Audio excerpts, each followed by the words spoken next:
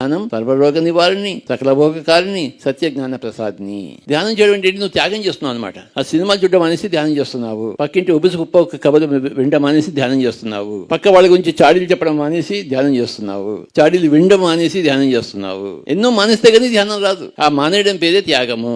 నీలో ఎన్నో పనికిరాని ఉన్నాయి, అవన్నీ త్యాగం చేయాలి. అప్పుడు పనికొచ్చేవన్నీ చేస్తావు. మనం పనికిరాని ఎన్నో ఉన్నాయి. పనికిరాని మాటలు వినడము, పనికిరాని మాటలు మాట్లాడటము, పనికిరాని ఆలోచనలు చేయడము, పనికిరాని చూపులు చూడడము. ఒకసారి ఏమైందంటే ఒక ఊరికి వెళ్ళాను నేను, ఒక పెద్ద జమీందార్ ఆ రోజుల్లో. ఆయన కూర్చున్నాడు, ఇంట్లోకి వెళ్ళాను.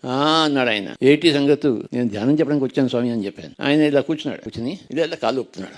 ఏటి సంగతి అని చెప్పేసి ఫస్ట్ కాలు ఆపడం అని పెద్ద జమీందారు. నేనేమో కొత్తగా ఊర్లోకి వెళ్ళాను, కాలు ఊపుతున్నాడు. ఏంటి సంగతి ఇలా అంటాడు అనమాట. సంగతి తర్వాత చెప్తాను, ఫస్ట్ కాలు ఊపడం మానేసి అని చెప్పి. అది వేస్ట్ పని, ఎందుకు ఊపుతున్నావు కాలు, నీ ఎనర్జీ వేస్ట్ అవుతుంది అంటే ఆయనకి భయం వేసిన కాలు ఆపేసాడు. ఎందుకు, పనికిరాని పనులు ఎన్నో చేస్తుంటాం, అవన్నీ ఆపేసేయాలి. అప్పుడు పనికొచ్చే పనులు చేస్తాం. త్యాగం అనే కాన్సెప్ట్ కు ముందు మనం అన్ని పనికిరాని పనులు చేస్తామని మనకి తెలియదు. మనకి ఆ పనికిరాని పనులు ఆపేసడమే త్యాగము.